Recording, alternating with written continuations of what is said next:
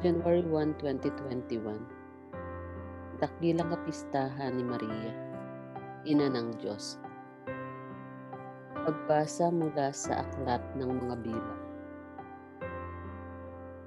Sinabi ng Panginoon kay Moises, sabihin mo kay Aaron at sa kanyang mga anak na ito ang sasabihin nila sa pagbibendisyon nila sa mga Israelita. Pagpalain ka nawa at ingatan ng Panginoon. Naway kahabagan ka niya at subaybayan. Tingapin ka nawa niya at bigyan ng kapayapaan.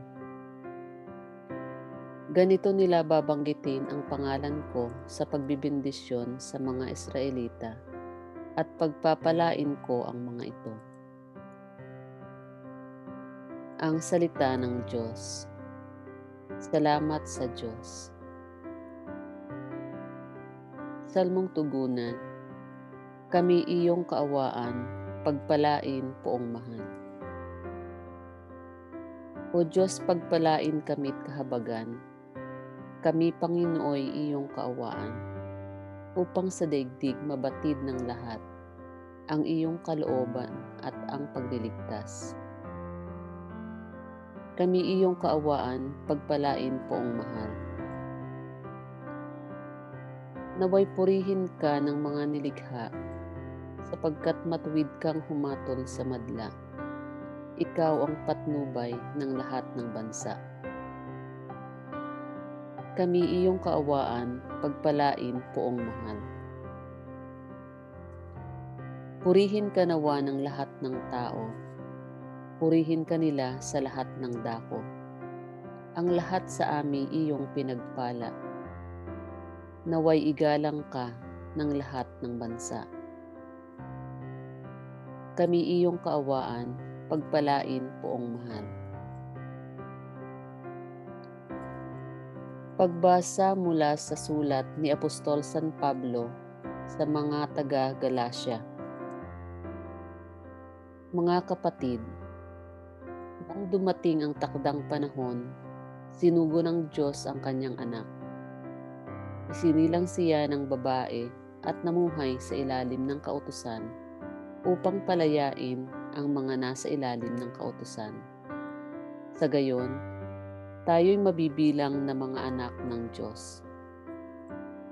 Upang ipakilalang kayo'y mga anak ng Diyos, pinagkalooban niya tayo ng Espiritu ng kanyang anak nang tayo'y makatawag sa kanya ng Ama, Ama ko. Kaya't hindi ka na alipin, kundi anak. Sapagkat anak, ikaw ay tagapagmana ayon sa kalooban ng Diyos. Ang salita ng Diyos. Salamat sa Diyos. Alleluia, Alleluia. Nung dati mga propeta, ngayon na may anak niya, ang sugo ng Diyos na Ama. Alleluia, Alleluia. Ang mabuting balita ng Panginoon ayon kay San Lucas. Noong panahong iyon, nagmamadali ang mga pastol na lumakad patungong Bethlehem at nakita nila sina Maria at Jose at ang sanggol na nakahiga sa sabsaban. Kaya't isinaysay nila ang mga sinabi ng anghel tungkol sa sanggol na ito. At nagtaka ang lahat ng nakarinig sa sinabi ng mga pastol. Natanim sa isip ni Maria ang mga bagay na ito at kanyang pinagbulay-bulay.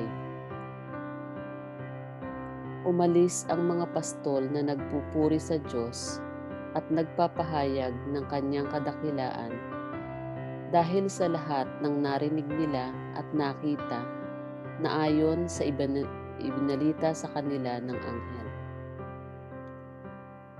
Pagdating ng ikawalong araw, ay tinuli nila ang bata at pinangalanang Jesus, ang pangalang ibinigay ng anghel bago pa siya ipinaglihi. Ang mabuting balita ng Panginoon. Pinupuri ka namin, Panginoong Hesukristo.